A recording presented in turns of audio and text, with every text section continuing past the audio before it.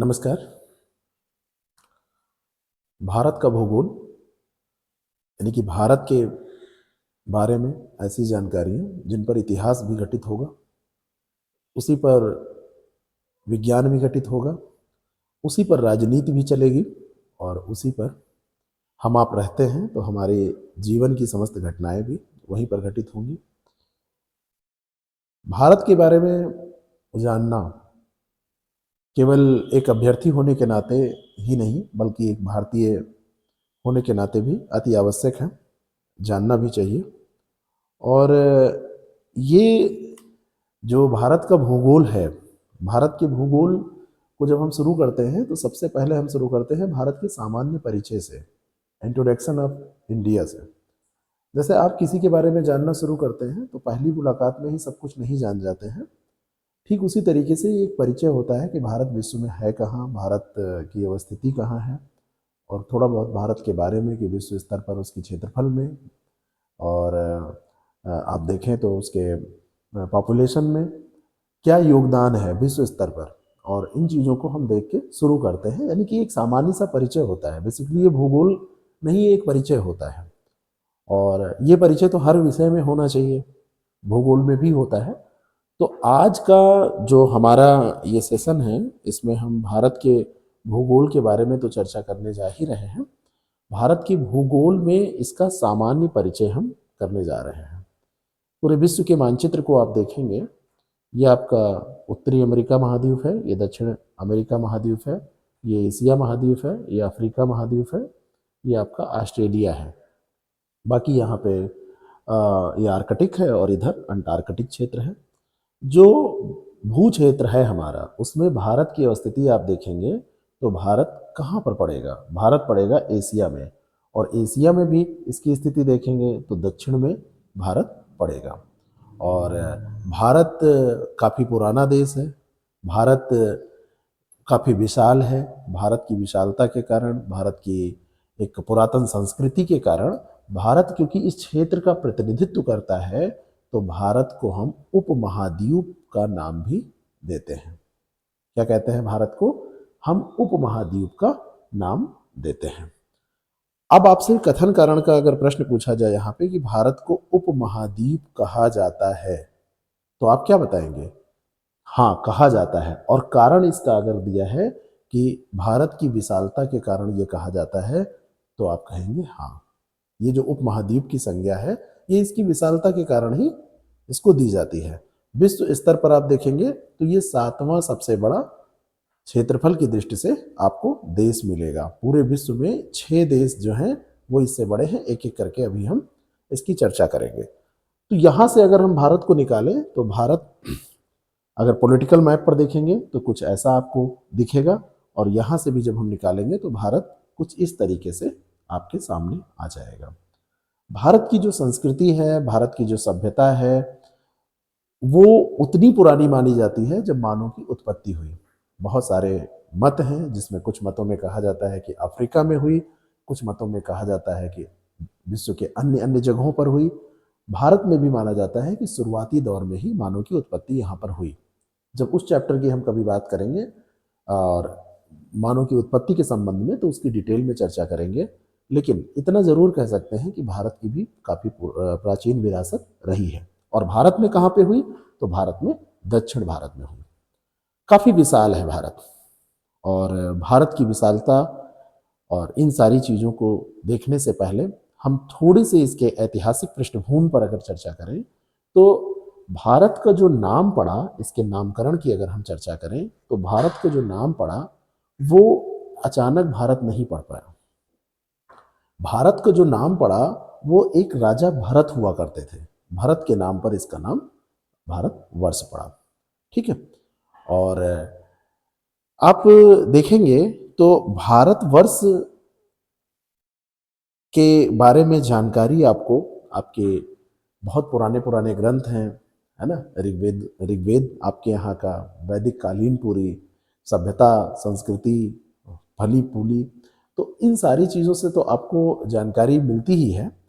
लेकिन अभी देखा जाए तो भारत में आने वाले सबसे पहले लोग कौन थे, इस पर जब रिसर्च किया गया तब पता चला कि ईरान, जिसको पहले कहा जाता था पर्सिया, पहले क्या कहा जाता था? पर्सिया, आधुनिक इस समय क्या कहा जाता है? ईरान। तो यहाँ के जो लोग थे, वहाँ के लोगों ने सबसे पहले सिंधु घाटी के जरिए, इंडस वैली के जरिए, सिंधु घाटी के जरिए भारत में प्रवेश किया, यहाँ पर आए। और क्योंकि ये लोग, पर्सिया के जो लोग थे, ईरान के जो लोग थे, वो सा का जो उच्चारण था वो हा के नाम से करते थे। सा का जो उच्चारण था, वो सा का उच्चारण ये लोग हा के नाम, हा से करते थे, है ना, सा को हा कहते थे। तो इसी कारण से सिंधु घाटी को वो हिंदू घाटी कहने लगे, सिंधु नदी को हिंदू नदी कहने लगे, और ठीक इसी तरीके से इसका नाम हिंदुस्तान पड़ा। तो अगर भारत के नाम की बात करें तो एक नाम जो भारत है वो भारत के नाम से भारत पड़ा, और दूसरा नाम जो हिंदुस्तान है वो सिंधु के नाम से ये हिंदुस्तान पड़ा। सिंधु को ये लोग क्या कहते थे? हिंदू कहते थे, और उसी के नाम से ये सिंधु का नाम हिंदुस्तान पड़ा। ठीक है ना? वैसे क्या कहते? सिंधुस्तान, लेकिन सिंधुस्तान की जगह इसको हिंदुस्तान कहा गया। ठीक है। और अगर आप देखेंगे तो जैन धर्म और बौद्ध धर्म, उनकी जो बहुत सारे ग्रंथ हैं, उन ग्रंथों में देखेंगे तो जम्बू द्वीप शब्द भी आपको मिलेगा। एक शब्द आपको मिलेगा, जम्बू द्वीप। डिटेल में एक बार अच्छे से आप अगर पढ़ लेंगे तो कोई भी प्रश्न आपसे पूछा जाएगा तो आप आसानी से कर सकते हैं इसको। तो जम्बू द्वीप शब्द का भी प्रयोग इसमें किया गया है। और ठीक इसी तरीके से आप देखेंगे तो भारत को इंडिया भी कहा जाता है ना? भारत के संविधान में जो शब्द यूज हुआ है वो भारत के लिए इंडिया शब्द का प्रयोग किया गया है। ठीक है। इंडिया राज्यों का संघ होगा, इंडिया दैट इज भारत, ऐसे लिखा गया है, India that is Bharat shall be A union of state, India that is the Bharat shall be union of states, ऐसा कहा गया है। तो संविधान में इसको धीरे धीरे धीरे धीरे इंडिया शब्द के नाम से जाना गया। लेकिन इंडिया शब्द आया कहाँ से, है ना? इंडिया शब्द आया कहाँ से?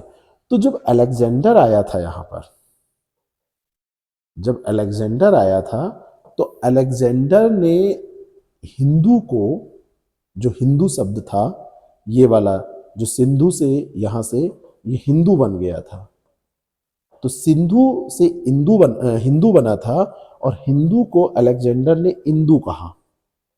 अलेक्जेंडर ने इसको क्या कहा? इंदू कहा। तो यही नाम परिवर्तित होके ये इंडिया बना था।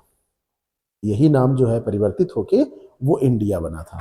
और हमारे यहाँ फिर वही आर्टिकल जो हमारा फर्स्ट है संविधान का, आर्टिकल 1, इसी इंडिया शब्द को इंडिया अर्थात भारत ऐसा लिख के संबोधित करता है। तो ये एक इतिहास रहा इंडिया के बारे में, अबाउट इंडिया या भारत के बारे में एक इतिहास रहा जिसको आपने समझा।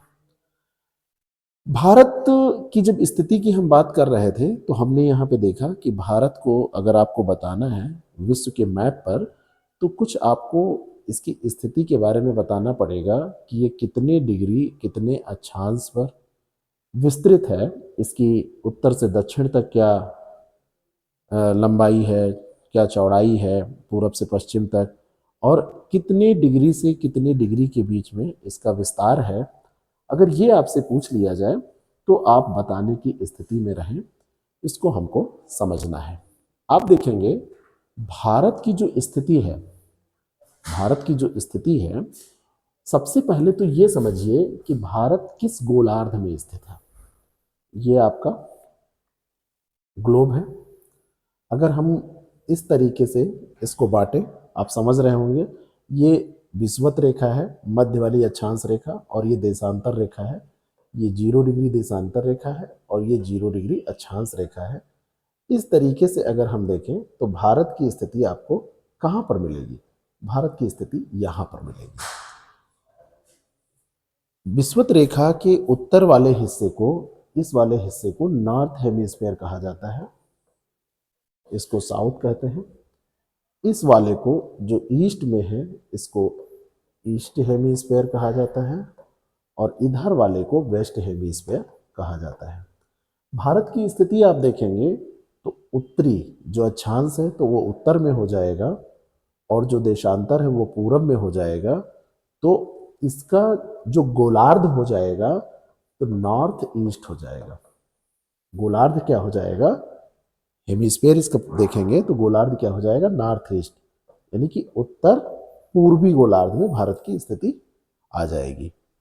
तो इसका जब विस्तार हम देखेंगे तो विषुवत रेखा के उत्तर में है, अक्षांश रेखा इसके उत्तर में, ये 0 डिग्री अक्षांश है, ऐसे ऐसे बढ़ती जाएगी, यहाँ पर ये 90 डिग्री हो जाएगी। ये तो हमने देशांतर के बारे में लिखा है, ये वाला इधर 90, यहाँ 90 हो जाएगी। तो जब आप यहाँ से चलेंगे, यानी कि जहाँ दक्षिण में ये यहाँ स्थित है, यहाँ से स्टार्ट करेंगे और यहाँ तक जाएंगे जहाँ तक भारत का विस्तार है, कुछ इस तरीके से अगर आप बना दें, यहाँ तक भारत का विस्तार है, तो ये 37 डिग्री 6 मिनट ऊपर का और नीचे आप देखेंगे तो 8 डिग्री 4 मिनट, यहाँ पे जहाँ तक विस्तार आपको मिलेगा ये क्या है, ये 8 डिग्री 4 मिनट है। ये वाला जो विस्तार जहाँ तक मिलेगा ये 8 दक्षिण का 8 डिग्री 4 मिनट, तो 37 डिग्री 6 मिनट और यहाँ पर आप देखिए तो 8 डिग्री 4 मिनट। मोटे तौर पर आप इसको समझिए, फिर अभी हम बताते हैं। तो ये आपका उत्तर से दक्षिण का विस्तार हो गया। ठीक इसी तरीके से पूरब से पश्चिम का देखें तो पश्चिम में, यानी कि इधर से जो शुरुआत हो रही है ये आपका है 68 डिग्री 7 मिनट और यहाँ तक आप आएंगे 97 डिग्री 25 मिनट। तो इसको क्या बोलेंगे, पूर्वी। इसको क्या बोलेंगे, ये दोनों नॉर्थ हो गया, ये भी नॉर्थ है ये भी नॉर्थ है। किस लिए, क्योंकि भले ही हम दक्षिण से उत्तर या उत्तर से दक्षिण की बात कर रहे हैं, लेकिन गोलार्ध क्या है, नॉर्थ है। और ये क्योंकि ईस्ट में है तो देशांतर में हम क्या करेंगे, 68 डिग्री 7 मिनट से 97 डिग्री 25 मिनट, यानी कि 68 degree 7 minute to 97 degree 25 minute, इस तरीके से अक्षांशीय और देशांतरीय विस्तार की हम बात करेंगे। बात समझ में आ गई। तो इसी चीज को अगर हम देखें तो भारत पूरी तरीके से उत्तरी गोलार्ध में स्थित है, अगर ये कहा जाए तो ये बात बिल्कुल सही होगी। भारत पूरी तरीके से उत्तरी गोलार्ध में स्थित है ना। उत्तर में तो ये है ही है, इसमें तो कोई दो राय नहीं, यहाँ पर इंडिया है, पूरी तरीके से उत्तरी गोलार्ध में स्थित है।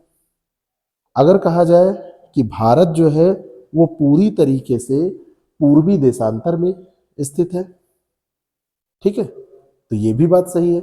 लेकिन सटीक स्थिति अगर हम बताएंगे तो इसको हम कहेंगे कि ये नॉर्थ ईस्ट हेमीस्फेयर में है ना, उत्तर पूर्वी गोलार्ध में ये स्थित है।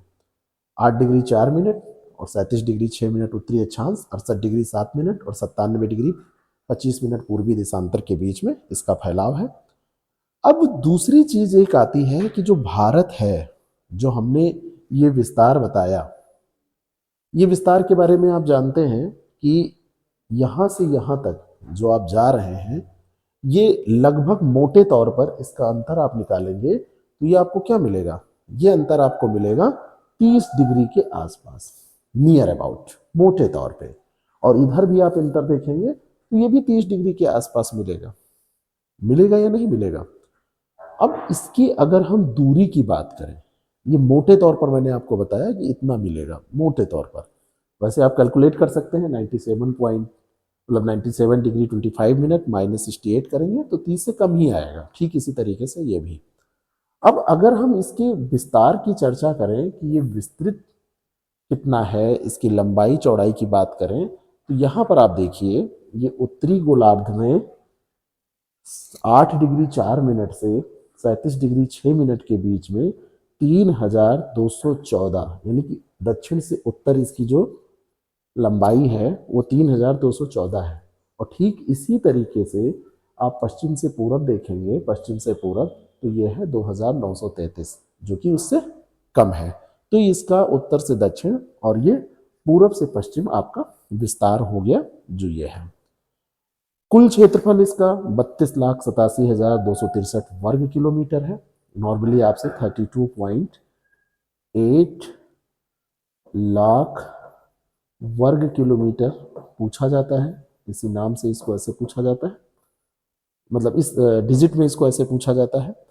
तो इस रूप में अगर आपसे पूछा जाएगा तो आप ये बताएंगे, नहीं तो आप ये मोटे तौर पर याद रखिए 32,87,263 वर्ग किलोमीटर, 32,87,263 वर्ग किलोमीटर है।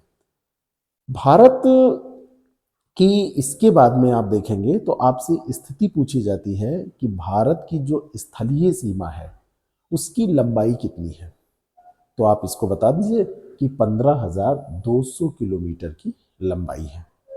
लेकिन इसको समझना पड़ेगा आपको कि जो ये स्थलीय सीमा की बात हो रही है वो कौन सी सीमा है। भारत की जो स्थलीय सीमा आपसे कही जा रही है ये कौन सी सीमा है।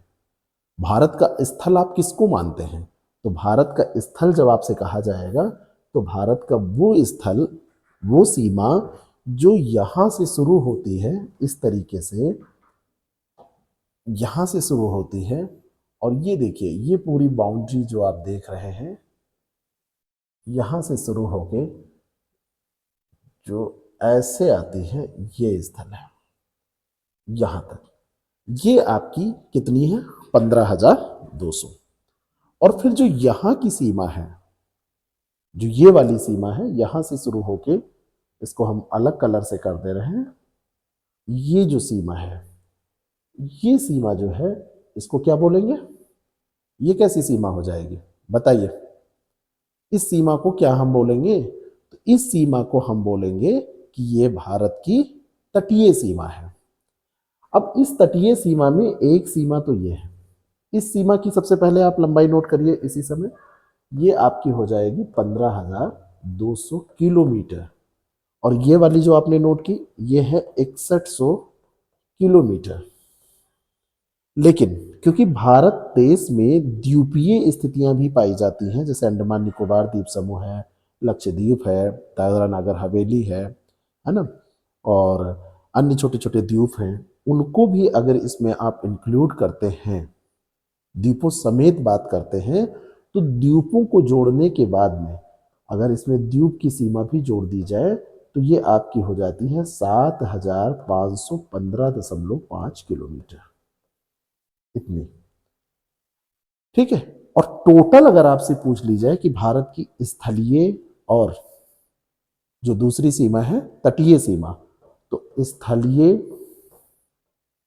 प्लस तटीय और प्लस द्वीपीय, इस तरीके से इसको जोड़ दिया जाए तो स्थलीय हो जाएगी 15,200, तटीय आपकी हो जाएगी 6100, और तीसरी अगर तटीय द्वीपीय दोनों को मिला लें तो इसको आप लिख लीजिए तटीय और द्वीपीय दोनों को मिला के 7,515.5, तो ये टोटल सीमा जो आती है वो 22,716.5 किलोमीटर आ जाती है। जब सवाल पूछा जाएगा स्टेटमेंट में आपसे दिया जाएगा या कैसे भी पूछा जाएगा तो डिजिट याद रखेंगे और शब्दों को पकड़ेंगे कि कौन सी सीमा वास्तव में पूछी जा रही है, तो आपका आसानी से ये प्रश्न सही हो जाएगा, ठीक है। भारत की स्थिति आप देखेंगे तो भारत की सीमाएं 7 देशों से लगती हैं, और ये 7 देश कौन कौन से हैं जिसकी सीमा लगती है भारत से, ठीक है। देशों की अगर हम बात करें तो सबसे पहले आप देखेंगे, आप चलेंगे उत्तर पश्चिम में, वहां पे पाकिस्तान और अफगानिस्तान, उत्तर में चीन, भूटान, नेपाल, और पूर्व में म्यांमार, और पश्चिम बंगाल के पूर्व में ये बांग्लादेश। इन देशों से भारत की सीमाएं मिलती हैं, जिनको आप बहुत आसानी से इस मैप में देख सकते हैं। यहाँ पे ये पाकिस्तान से सीमा मिल रही है, इस जगह पे यहाँ पे अफगानिस्तान से सीमा मिल रही है, नेपाल तो पूरा लगता है कभी भारत का अंग ही था, ये कट गया है, ये चाइना से मिल रही है, ये म्यांमार से मिल रही है, ये बांग्लादेश से मिल रही है, ये भूटान से मिल रही है। 1 2 3 4 5 6 और ये 7 देश हैं जिनसे इनकी सीमा मिलती है। बात समझ में आ गई, ये 7 देश हैं जिनसे भारत की सीमा मिलती है, और इस सीमा को हम क्या बोलते हैं, ये अंतर्राष्ट्रीय सीमाएं हैं, अंतर्राष्ट्रीय सीमाएं इनको कहा जाता है। भारत के द्वीपीय हिस्सों में अंडमान और निकोबार द्वीप समूह और लक्षद्वीप समूह, ये दो बहुत प्रमुख हैं, इनको ध्यान रखिएगा। आगे हम इनकी उत्पत्ति के बारे में भी पढ़ेंगे कि इनकी उत्पत्ति कैसे हुई, कौन सा ज्वालामुखी है, क्या है, ये आगे के चैप्टर्स में हम पढ़ेंगे। लेकिन यहाँ पर इतनी चर्चा हम कर सकते हैं कि जो ये अंडमान और निकोबार द्वीप समूह है, अगर ज्वालामुखिता की बात की जाएगी तो बायरन द्वीप यहाँ पर आपको मिलेगा, जिसकी चर्चा और हम आगे करेंगे। लेकिन जो लक्षद्वीप है ये कोरल बेस्ड है ना, कोरल रीफ यहाँ पे पाए जाते हैं, उनसे इस द्वीप का निर्माण हुआ है। भारत की जो स्थिति है, भारत की स्थिति देखी जाए विश्व में क्षेत्रफल के हिसाब से पूरे विश्व का 2.4% भारत के पास है। सटीक इसको अगर देखा जाए तो 2.43% जो है वो भारत के पास है। जो देश हैं जिनका क्षेत्रफल इनसे बड़ा है उनको आप नोट करिएगा, तो उसमें है रसिया, रसिया के बाद में सेकंड नंबर पर है कनाडा, कनाडा के बाद में चाइना, फिर है आपका यूएसए, ये विश्व के सबसे ज़्यादा क्षेत्रफल वाले देश हैं। फिर आपका ऑस्ट्रेलिया, और ऑस्ट्रेलिया के बाद में आपका आ जाएगा ब्राज़ील। 1 2 3 4 5 6 और 7वें नंबर पर हमारा देश आता है। लेकिन जनसंख्या के लिहाज से, विश्व की जनसंख्या के लिहाज से अब जो आजकल आंकड़े आ रहे हैं उसमें भारत नंबर 1 हो चुका है। 2011 के आंकड़ों के हिसाब से देखेंगे तो उसमें द्वितीय स्थान है भारत का, लेकिन अब जो है सबसे बड़ा हो चुका है। ठीक है, हमने अभी आपको बताया था कि भारत जो है, भारत का जो विस्तार है वो 30 डिग्री के आसपास है। वहां बताने का कारण क्या था ये समझिएगा। यहां से यहां तक का जो विस्तार है वो लगभग 30 डिग्री के आसपास है। और अगर आपने पढ़ा है तो 30 डिग्री को अगर आप घंटे में चेंज करें तो 15 डिग्री पे 1 घंटा होता है, 30 डिग्री पे 2 घंटे होते हैं। तो जो समयांतराल होगा वो पूरब और पश्चिम में मिला के कितना हो जाएगा, 2 घंटे का हो जाएगा। कितना हो जाएगा, 2 घंटे का हो जाएगा। हमारे यहाँ जो समय निर्धारण किया जाता है वो 82.5 डिग्री, ये जो देशांतर रेखा है, समय का निर्धारण देशांतर रेखा के द्वारा होता है। इस रेखा के द्वारा समय का निर्धारण किया जाता है। देश के लगभग मध्य से होकर ये रेखा गुजरती है, लगभग मध्य, इस कारण से इसको चुना गया। देश का मानक समय इसी से निकाला जाता है। ये नैनी होके गुजरती है, ये भी बात सही है। और भारत के 5 राज्य जहां से होकर ये गुजरती है, उन राज्यों का नाम आप नोट करिएगा। उत्तर प्रदेश, ये 5 जो राज्य हैं, यहाँ पर आप देखिए, आपका एक पड़ेगा यूपी, दूसरा राज्य पड़ेगा एमपी, तीसरा राज्य आपका पड़ेगा छत्तीसगढ़। ठीक है, छत्तीसगढ़ के बाद में अगला राज्य पड़ेगा, ये आपका छत्तीसगढ़ हो गया, ये आपका उड़ीसा हो गया। ठीक है, और उड़ीसा के बाद में यहाँ पर आपका पड़ेगा आंध्र प्रदेश। ये 5 राज्य हैं जहां से ये होकर ये गुजरती है। अब ये जो रेखा है ये 82.5 डिग्री है। अब आपसे एक सवाल पूछा जाता है कि भारत का समय अंतर्राष्ट्रीय जो रेखा है, ग्रीनविच जो रेखा है, उससे कितना आगे है। मैंने आपको बताया कि यहाँ से जो ये देशांतर रेखा गुजर रही है ये ग्रीनविच से गुजर रही है, ये 0 डिग्री है। और भारत जब आप आए तो आपकी ये 82.5 डिग्री यहाँ से गुजर रही है, ये आपकी 82.5 डिग्री है। ये इंडिया का प्रतिनिधित्व कर रही है और ये पूरे अंतर्राष्ट्रीय, यानी कि इसके बीच का जो अंतर है वो कितना है, 82.5। और हमने कहा कि 15 डिग्री पे क्या होता है, 1 घंटे समय का अंतर आता है। तो 82.5 पे कितना आएगा, 15 पचे, यानी कि 82.5 बटे 15 करेंगे तो 15 पचे 75, और फिर 7.5 बचा, यानी कि आधा। तो इतने आवर्स का अंतर आ जाएगा, 5.5 घंटे का अंतर आ जाएगा।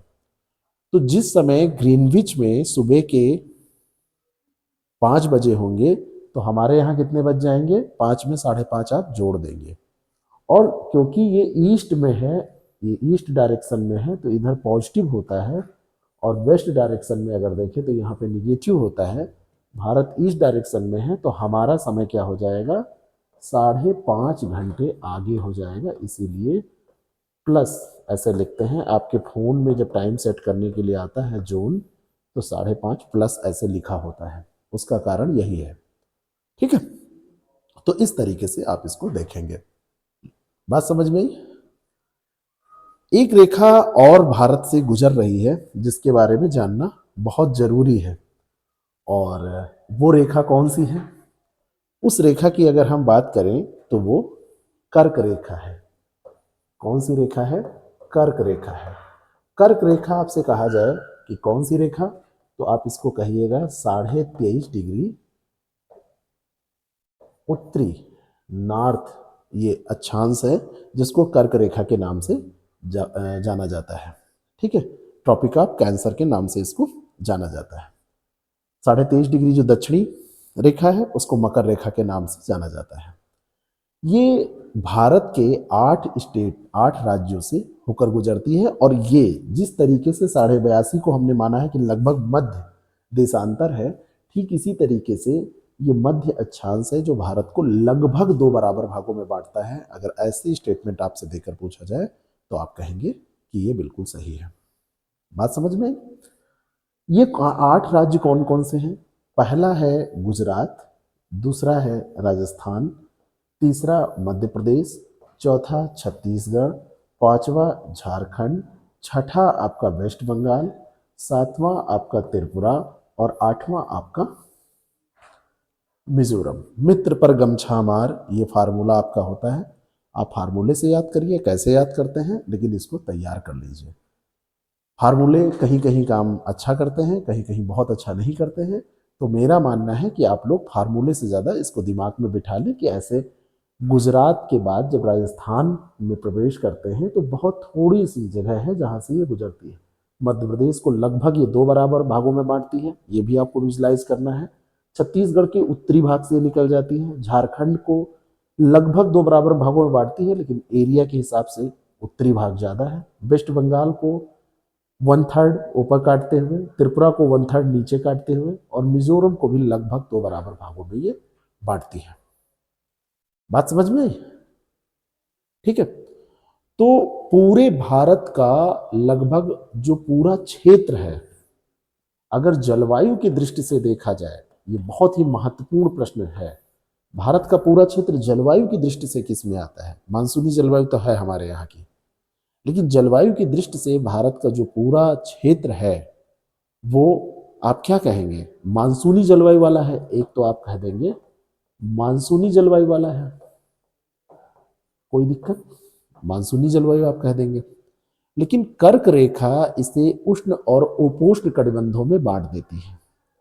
इधर उष्ण हो जाएगा और इधर का जो एरिया हो जाएगा वो उपोष्ण कटिबंध हो जाएगा, और ये कर्क रेखा के द्वारा ही निर्धारित होता है।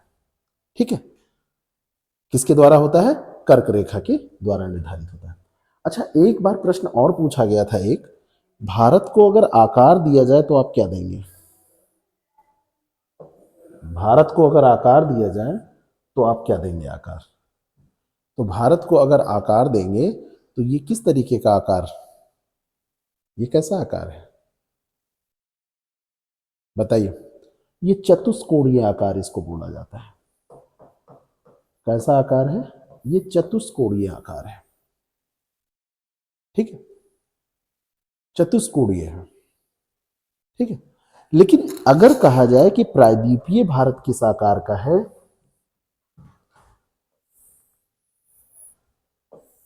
तो ये त्रिभुजाकार है। ये भारत है, भारत के आकार की बात की जाए, और ये क्या है? ये त्रिभुजाकार है। और ये कौन सा भारत, इसको आप क्या बोलेंगे? ये प्रायद्वीपीय भारत की बात हो रही है। ये प्रायद्वीपीय भारत की बात हो रही है।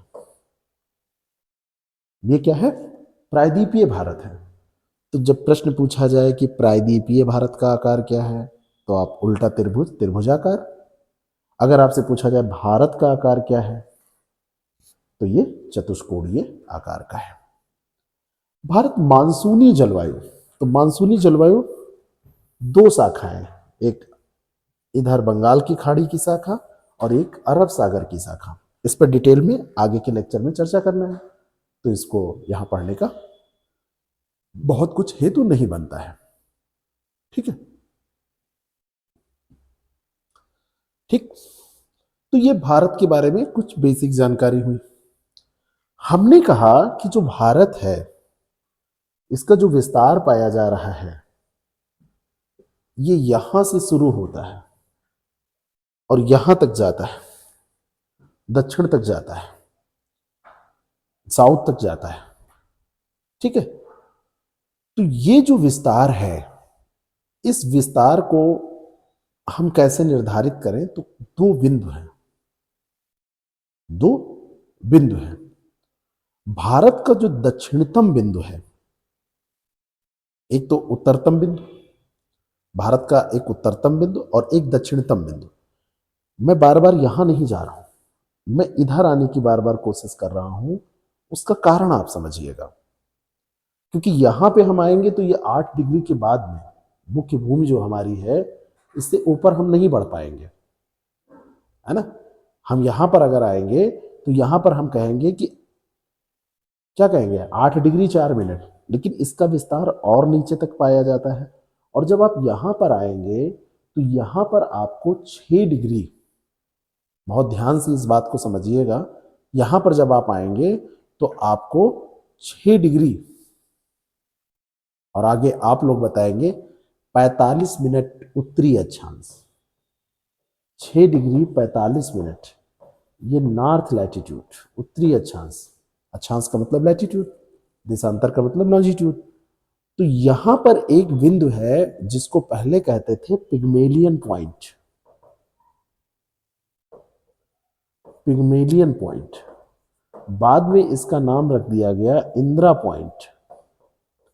इंदिरा जी के सम्मान में इसका बाद में नाम इंदिरा पॉइंट रख दिया गया। तो ये सबसे सदर्न पॉइंट है इंडिया का। ठीक है, तो ये कहां पर स्थित है, पिग्मेलियन पॉइंट ग्रेट निकोबार में। ये ध्यान रखिएगा, ये कहां पर स्थित है, ग्रेट निकोबार में। और सबसे उत्तर में जाएंगे, यहां पर आप पहुंचेंगे तो वहां पर आपको जम्मू कश्मीर क्षेत्र में, पहले था अब आपको ये मिलेगा लद्दाख क्षेत्र में, इसको क्या कहेंगे, इंदिरा कॉल, कॉल यानी कि उत्तरी पॉइंट है, और इंदिरा पॉइंट यानी कि दक्षिणी पॉइंट, इंदिरा जी के सम्मान में। ठीक है, इंदिरा पॉइंट जब सुनामी आई है तो डूब चुका है, 2004 में जब सुनामी आई थी तो ये डूब चुका है। तो ये आपका ग्रेट निकोबार में है और वो आपका जो पड़ेगा वो लद्दाख के क्षेत्र में पड़ेगा। ठीक है, ये चीज ध्यान रखिएगा। दो चीजें यहां पर मैं और आपको बता देता हूं लगे हाथ। जैसे ये आपने पढ़ा है 6 डिग्री 45 मिनट, ठीक इसी तरीके से जब आप 8 डिग्री और 9 डिग्री पे पहुंचेंगे तो एक 8 डिग्री चैनल है और एक आपका 9 डिग्री चैनल है। ठीक है, ठीक है, ये चैनल के द्वारा हम निर्धारित करते हैं कि किस चैनल के द्वारा कौन से हिस्से हैं जो अलग होते हैं। ठीक है, तो 8 डिग्री चैनल पे आप ध्यान रखेंगे मिनिकॉय और लक्षद्वीप, मिनिकॉय और मालदीव, मालदीव और मिनिकॉय, इनके बीच में मिनिकॉय है ना, ये के मध्य यहां पर मैं लिखे दे रहा हूं। और जो 9 डिग्री चैनल है, जो 9 डिग्री चैनल है ये किसके बीच में, 9 डिग्री चैनल ये मिनिकॉय और लक्षद्वीप के बीच में, लक्षद्वीप और मिनिकॉय इसके बीच में। फिर एक चैनल आता है 10 डिग्री चैनल। कौन बताएगा चैनल की परिभाषा, चैनल होता क्या है। तो 10 डिग्री चैनल आप देखेंगे तो अंडमान और कार निकोबार के बीच में है। अंडमान में भी आप याद रखिएगा लिटिल अंडमान, लिटिल अंडमान व कार निकोबार, इनके बीच में, बस इतना आपको ध्यान रखना है। ठीक है ना। और एक चैनल है ग्रेट चैनल, जिसका नाम है ग्रेट चैनल। और ये जो ग्रेट चैनल है, ये ध्यान रखिएगा, इंदिरा पॉइंट और इंडोनेशिया के बीच में है। ग्रेट चैनल ये इंदिरा पॉइंट और इंडोनेशिया के बीच में है, दोनों ई से हैं, इंदिरा पॉइंट और इंडोनेशिया के बीच में, इंडोनेशिया के बीच में। तो इनके बीच में है, यहां से सवाल आपसे पूछे जाते हैं, इनको भी आपको ध्यान में रखना है। बात समझ में आ गई। तो हम लोग बात कर रहे थे भारत की अवस्थिति के बारे में, हम लोग बात कर रहे थे भारत की जनसंख्या के बारे में। अब तो ये फर्स्ट पे आ ही गया है। दोनों छोरों के बीच में अंतर कितना है, ये 2 घंटे का अंतर पाया जाता है। अब एक चीज बचती है, प्रादेशिक जल सीमा और संलग्न क्षेत्र मंडल। जो हमारी प्रादेशिक जल सीमा है, प्रादेशिक जल सीमा के बारे में बात की जाए तो समुद्री सीमा जो होती है वो 12 नॉटिकल मील है। यानी कि भारत के जो तट की बात आप करेंगे, इस तट से 12 नॉटिकल मील तक आप जाएंगे तो ये हमारी प्रादेशिक सीमा है या समुद्री जल सीमा है। ये भारत के क्षेत्र में ये आएगा, अधिकार क्षेत्र में आएगा। और जो संलग्न क्षेत्र है, ये समुद्री सीमा हो गई, और ये थोड़ा सा स्पष्ट कम है, इसको मैं लिखे दे रहा हूं। ये संलग्न क्षेत्र है, ये 24 नॉटिकल मील है ना, समुद्री मील है, समुद्री मील। ये 12 समुद्री मील है, इसको जल सीमा। और ये संलग्न क्षेत्र अगर आपसे पूछा जाए तो ये 24 समुद्री मील है, जो आपका संलग्न क्षेत्र है। ये आपसे अगर पूछ लिया जाए तो आप इसको तुरंत बता दीजिएगा। और अगर कहा जाए अनन्य क्षेत्र मंडल, है ना, एक्सक्लूसिव जो क्षेत्र होता है वो कितना होता है, तो 200 समुद्री मील तक। यानी कि जो हमारी तटरेखा है उस तटरेखा से 200 समुद्री मील तक आप चले जाएंगे तो ये पड़ेगा। भारत का जो औसत समुद्र तल का मापन है वो चेन्नई से किया जाता है। औसत समुद्र तल किसी एक स्थान को आधार बना के आप मापेंगे तो चेन्नई को यहाँ पर इस आधार बनाया गया है। दूसरे स्थान पर हम देखेंगे जनसंख्या के आधार पर, अब मत कहिएगा, अब आप इसको फर्स्ट कह दीजिएगा। ये थोड़ा सा दोनों डिस्कस करना इसलिए जरूरी है क्योंकि ऑब्वियसली इंडिया के द्वारा अभी डिक्लेयर ऐसे नहीं किया गया है। अगर कहीं डिक्लेयर किया गया है तो वो दस्तावेज आपको बताना पड़ेगा ना। क्षेत्रफल के आधार पर ये हम साथ में हैं। अब अगर इतना आपको समझ में आ गया, ठीक है, तो अब कुछ आंकड़े बचे हैं, उनको अगर हम देख लें तो वो भी जो पूछे जाते हैं क्वेश्चंस, तो वो भी आपके तैयार हो जाएंगे। अच्छा, अगर कोई आपसे पूछे कि भारत जो है, भारत में कितने राज्य हैं, स्टेट कितने हैं, तो स्टेट को ध्यान रखिएगा कि वर्तमान समय में जो स्टेट्स हैं वो 28 है। और हमारे यहाँ जो यूटी है, यूटी की संख्या 8 है। दादरा नगर हवेली और दमन दीव 1 में मिल गए हैं। इनकी डेट किस तारीख को, और ये 28 स्टेट जो हमारे यहाँ हैं ये किस तारीख से है, ये 2 डेट मैं आपसे चाहता हूं जो आप कमेंट करके हमको बताएं कमेंट सेक्शन में कि ये स्थिति कब आई थी, जब हमारे यहाँ यूटीज 8 हो गए थे और ये हमारे यहाँ जो है ये स्टेट्स की संख्या 28 हो गई थी। ये आप लोग बताइएगा, ठीक है। तो ये सारी चीजें आपसे पूछ लिया, जैसे ये प्रश्न है, अगर आप इसको नहीं पढ़ेंगे तो आपसे पूछा जाएगा समुद्री मील, नॉटिकल मील क्या होता है, एक ही होता है। तो प्रादेशिक जो हमारी समुद्री सीमा है या जो हमारा क्षेत्रीय विस्तार सागर में है, तो वो कितना है, 12 समुद्री मील तक है, ठीक है। अब हम ऐसे नाप लेंगे तो कहीं से दूरी ज्यादा भी होगी, कहीं से कम होगी, तो 12 समुद्री मील तक, जहां से यहाँ से 12, यहाँ से 12, इस तरीके से हम लेंगे। ऐसा नहीं कि सीधा, क्योंकि ये तो जिक्सा फिट वाली स्थिति होती है ना, टेढ़े मेढ़े कटे फटे तट होते हैं, ठीक है। और समुद्री मील, ये भी एक प्रश्न पूछा जाता है, तो 1.8 किलोमीटर इसमें लगभग होता है, 1.8 मील के बराबर होती है, सॉरी माइल्स होते हैं। नॉर्मल माइल्स में देखेंगे तो जो समुद्री मील होते हैं वो 1.8 माइल्स होता है एक समुद्री माइल में। बात समझ में आई? और अनन्य आर्थिक क्षेत्र exclusive economic zone, exclusive economic zone EEZ कितना है? तो ये 200 याद रखिएगा। 200 ये भी किलोमीटर की बात नहीं हो रही है, ये भी माइल्स की बात हो रही है, नॉटिकल माइल्स की बात हो रही है, समुद्री मील की बात हो रही है। यानी कि भारत जो वैज्ञानिक अनुसंधान वगैरह करेगा वो यहां तक करेगा, भारत जो आर्थिक लाभ उठाएगा वो यहां तक उठाएगा। ठीक है, भारत यहां तक वसूली कर सकता है, सीमा शुल्क की वसूली कर सकता है। कोई जहाज यहां से जा रहा है तो भारत इसमें वसूली कर सकता है। बात समझ में आ रही है? 24 समुद्री मील तक और 12 समुद्री मील तक भारत, भारत का हक है, पूरा उस पर दावा कर सकता है वो, है ना। उसके इस जल को इंटरनल वाटर माना जाएगा, इस वाटर को इंटरनल वाटर माना जाएगा, है ना। और जो ये अगला जोन है, संलग्न क्षेत्र है, कॉन्टिजिनस जोन है, यहां तक भारत का ये वसूली करने का अधिकार है, टैक्स वगैरह यहां से वो ले सकता है। भारत वैज्ञानिक अनुसंधान यहां तक कर सकता है। अगर आपसे पूछा जाए तो जो साइंटिफिक जो रिसर्च वगैरह है वो यहां तक कर सकता है ना। और जो द्वीपों की खोज है यहां तक की जा सकती है, संसाधनों का जो दोहन है यहां तक वो कर सकता है, खोज सकता है। ठीक है, उसके बाद में हाई सी आ जाता है, और जब हाई सी आएगा यानी कि 200 माइल्स के बाद जाएंगे तो सभी विश्व के सभी देशों का समान अधिकार हो जाता है।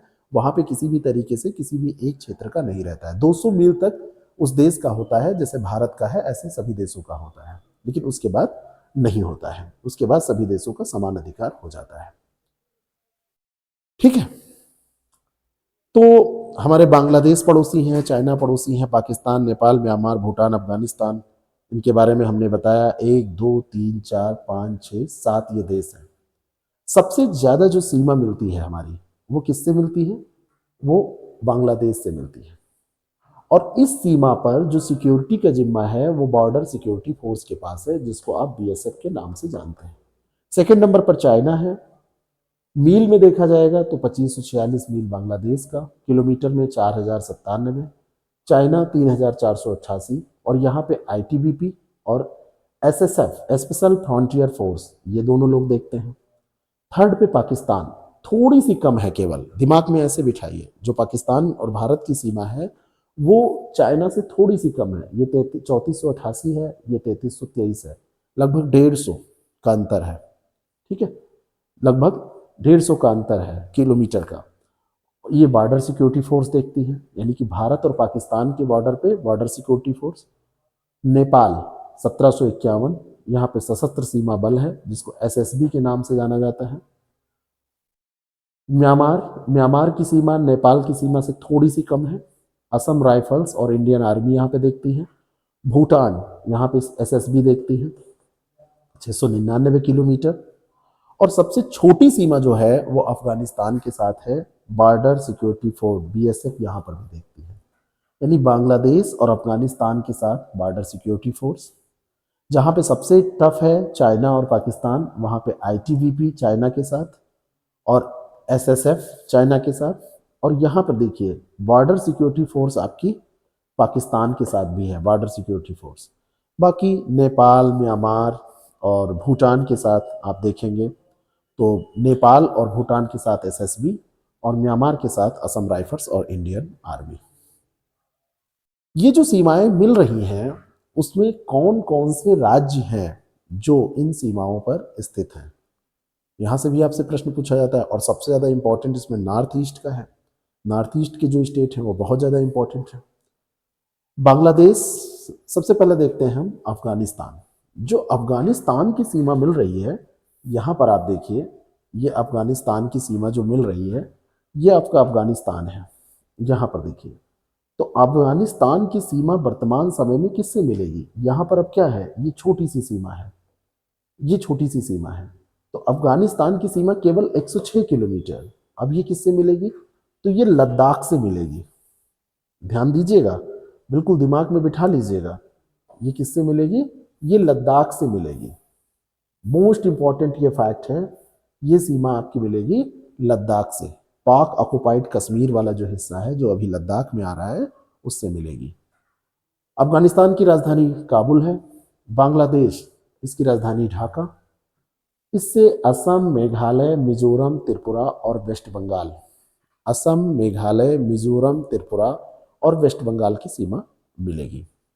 ठीक है, ये भी मोस्ट इंपॉर्टेंट है। असम, मेघालय, मिजोरम, AMMTW, असम, मेघालय, मिजोरम, इसी समय याद करिए, असम, मेघालय, मिजोरम, त्रिपुरा और वेस्ट बंगाल, इसकी सीमा मिलेगी। इसको थोड़ा सा हम नज़दीक ले आते हैं तो आपको ज़्यादा अच्छे से समझ में आ जाएगा, है ना। इस मैप को हम एक कॉपी बनाते हैं और इसको ले आते हैं।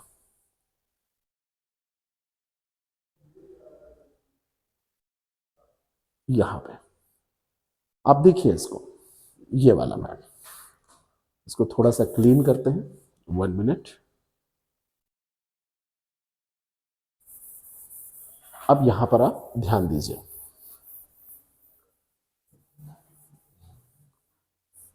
ये देखिए बांग्लादेश की जो सीमा मिलेगी इसको समझना जरूरी है, ये आपसे पूछी जाती है, कई बार आपसे ये पूछी गई है।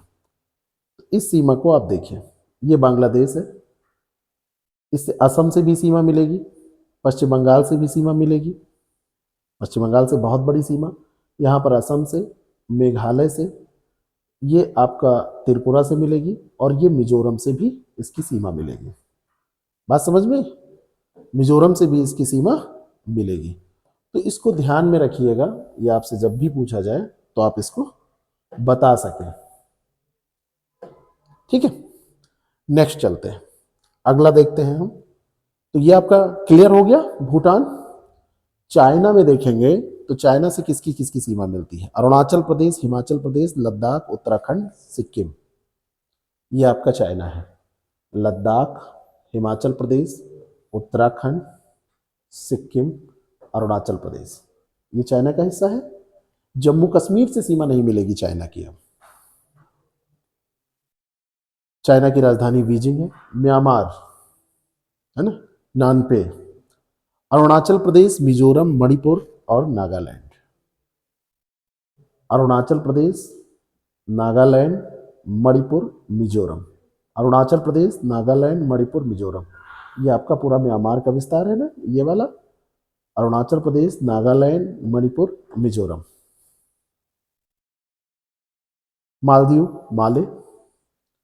The island lies south west of the Lakshadweep island in the Indian ocean. Indian ocean में आप देखेंगे तो मालदीव आपको कहाँ पर मिलेगा? यहाँ पर मालदीव इधर मिलेगा, लक्षद्वीप के पास में मिलेगा। इसकी डायरेक्टली सीमा आपको ऐसे नहीं मिलेगी। नेपाल की राजधानी काठमांडू है। Bihar, Sikkim, Uttarakhand, UP and West Bengal. नेपाल, नेपाल पर हम बात करते हैं। ये देखिए नेपाल की सीमा किससे किससे मिलेगी? अगर आप इधर से शुरू कर रहे हैं तो इधर से देखिए, उत्तराखंड की सीमा मिलेगी, उत्तर प्रदेश की सीमा मिलेगी, बिहार की सीमा मिलेगी, और यहाँ पर देखिए ये पश्चिम बंगाल और ये सिक्किम की सीमा मिलेगी। तो उत्तराखंड, उत्तर प्रदेश, बिहार, पश्चिम बंगाल और सिक्किम की सीमा इससे मिलेगी। काठमांडू इसकी राजधानी है। पाकिस्तान की सीमा, पाकिस्तान की राजधानी इस्लामाबाद है, ध्यान रखिएगा। गुजरात, जम्मू कश्मीर, लद्दाख, पंजाब, राजस्थान। गुजरात, यहाँ से शुरू करिए, लद्दाख, जम्मू कश्मीर, पंजाब, राजस्थान, गुजरात। लद्दाख, जम्मू कश्मीर, पंजाब, राजस्थान, गुजरात। हरियाणा से नहीं मिलती, हिमाचल प्रदेश से नहीं मिलती, ध्यान रखना। लद्दाख, जम्मू कश्मीर, पंजाब, राजस्थान, गुजरात, ये पाकिस्तान की सीमा से लगने वाले क्या हैं? ये राज्य हैं, इंडियन स्टेट हैं। और श्रीलंका, पाक स्टेट और गल्फ ऑफ मन्नार, इसको अलग कर देते हैं। वर्ल्ड ज्योग्राफी की क्लास में इसका डिटेल भी हम बताएंगे, है ना। जो स्टेट होते हैं वो क्या करते हैं? ये आप हमको कमेंट करके बताइएगा। अगर आपने वो क्लास देखी है तो, नहीं देखी है तो देखिएगा। तो ये जो है डायरेक्टली सीमा यहाँ पर ऐसे नहीं मिलती है। बात समझ में? तो ये आपकी श्रीलंका। तो किससे किससे सीमा मिलती है ये आप समझ गए। ये आपका मैप है। इस मैप को आप बार बार जितना देखेंगे उतना अच्छे से आपका ये तैयार होगा। अब एक चीज बच रही है। सारे हमने राज्यों के बारे में देख लिया, कहाँ से कहाँ सीमा मिलाते हैं। हमारे 13 ऐसे राज्य और केंद्र शासित प्रदेश हैं जो तटीय हैं, है कि नहीं है? अब इनकी संख्या जो हो जाएगी वो 12 ही हो जाएगी, क्योंकि दादरा नागर हवेली और दमन दीव, है ना। खैर उसके बारे में यहाँ पे चर्चा भी नहीं की गई है, उसका कोई मतलब नहीं है, वो संख्या यहाँ पर नहीं देखी गई है। अगर आपसे पूछा जाए कि भारत का समुद्र तटीय क्षेत्र सबसे ज्यादा किस राज्य के पास है, तो आप लोग कहते हैं गुजरात के पास। लेकिन किस राज्य या केंद्र शासित प्रदेश के पास है सबसे लंबी तटरेखा, किसके पास है? तो अंडमान निकोबार। लेकिन ये क्या है? ये यूटी है। तो अगर स्टेट में पूछा जाएगा, बिटवीन स्टेट्स, अमंग स्टेट्स, तो आप कहेंगे कि गुजरात के पास है। अगर टोटल आप देखेंगे तो ये अंडमान निकोबार है। अंडमान निकोबार जो द्वीप समूह है, अंडमान निकोबार द्वीप समूह की बात यहाँ पर आ जाएगी फर्स्ट पे। फिर सेकंड पे आंध्र प्रदेश है, फिर तमिलनाडु है, फिर महाराष्ट्र, केरल, उड़ीसा, कर्नाटक, पश्चिम बंगाल, लक्षद्वीप, गोवा, पुदुचेरी, दमन दीव। शुरू के 4 याद रखें, कम से कम 5 ये यहाँ तक महाराष्ट्र तक याद कर लीजिए। अंडमान निकोबार ये यूटी है, स्टेट में गुजरात, आंध्र प्रदेश, तमिलनाडु, महाराष्ट्र। ठीक है, ये 4 शुरुआती, और ये केरल भी याद कर लीजिए। उसके बाद में अन्य की बारी आती है। और इनको टोटल में अगर आप इसका टोटल करेंगे तो ये वही है 7515.5। बात समझ में? ये वही है, वही टोटल ये आ जाएगा। ठीक है, तो ये भारत के समुद्र तटीय राज्य या केंद्र शासित प्रदेश हैं जिनकी तटरेखा के बारे में हमने बात की कि तटरेखा कितनी लंबी है। तो एक जनरल इंट्रोडक्शन हमने यहाँ पर देखा। ठीक है, कि भारत को आर्यावर्त भी कहा जाता है, भारत को जम्बूद्वीप भी कहा जाता है, भारत को इंडिया भी कहा जाता है, भारत को हिंदुस्तान भी कहा जाता है। ठीक है, ये सारी चीजें हमने यहां से शुरू की और अंत में यहां तक हम पहुंचे कि कौन सा क्षेत्र कितना है, कहां पर किसके साथ बाउंड्री बना रहा है, कहां पर किसके साथ कितनी संख्या है, कितने राज्यों की संख्या है जो अंतर्राष्ट्रीय सीमाएं बनाते हैं। ये सारी चीजें हमने देख ली। अच्छा, अगर भारत के बारे में एक छोटी सी बात की जाए कि भारत का 2-3 चीजें हैं, आकार हमने आपको बता दिया। अगर कहा जाए कि भारत का जो विस्तार है उसमें कितना मैदानी भाग है, मैदानी भाग कितना है। अगर आपसे कहा जाए कि इसमें पठारी भाग कितना है भारत में, और अगर आपसे ऐसे ही पहाड़ी पूछ लिया जाए और ठीक इसी तरीके से पर्वतीय पूछ लिया जाए, पर्वतीय भाग, और ये किसके बारे में पूछा जा रहा है? ये भारत के बारे में पूछा जा रहा है। ज्यादा, सबसे ज्यादा क्या है? यही है 43%। और अगर आपसे पठारी पूछा जाएगा तो 27.7%, और पहाड़ी पूछा जाएगा तो 18.6%, और अगर पर्वतीय आपसे पूछा जाएगा तो पर्वतीय है 10.7%। ठीक है, इस अवरोही क्रम को आप याद रखिएगा। ठीक है, इस अवरोही क्रम को आप याद रखिएगा। भारत के बारे में ये बेसिक इंट्रोडक्शन था। भारत के बारे में जीके जो आपसे पूछा जाता है उसमें कभी कभी आपसे पूछ लिया जाता है कि भारत का राष्ट्रीय चिन्ह क्या है, तो अशोक है। भारत का राष्ट्रीय गान क्या है? जनगण मन है। राष्ट्रीय गीत क्या है? वंदे मातरम है। लिपि क्या है? देवनागरी है। राष्ट्रीय भाषा क्या है? हिंदी है। राष्ट्रीय पशु क्या है? बाघ है। विरासत पशु हाथी है। राष्ट्रीय पक्षी क्या है? मोर है। ये तो जीके वाले क्वेश्चन है। ध्वज क्या है? तिरंगा है। जलीय जीव क्या है? डॉल्फिन है। राष्ट्रीय नदी क्या है? तो गंगा है। राष्ट्रीय पुष्प क्या है? तो राष्ट्रीय पुष्प आपका हो जाएगा क्या? बरगद हो जाएगा। और ठीक इसी तरीके से अगर पूछा जाए राष्ट्रीय पुष्प क्या है? कमल है। और राष्ट्रीय अगर आपसे वृक्ष पूछा जाए तो ये बरगद हो जाएगा, राष्ट्रीय पक्षी मोर हो जाएगा। तो इन सारे जीके के प्रश्नों को भी आप याद रखेंगे। बड़े बंदरगाह कितने हैं, तो 13 है, ठीक है। राष्ट्रीय जलमार्ग सबसे बड़ा कौन सा है, NH1 है। तो इन चीज़ों को आप तैयार रखिएगा, बाकी इसको रिवीजन करिए। कोई आपको डाउट हो तो आप कमेंट करके पूछिए। फिर मिलते हैं नेक्स्ट क्लास में, और नेक्स्ट क्लास में जो हमारी चर्चा होगी वो हम क्या पढ़ेंगे, भारत की भूगर्भिक संरचना के बारे में पढ़ेंगे। Thank you so much.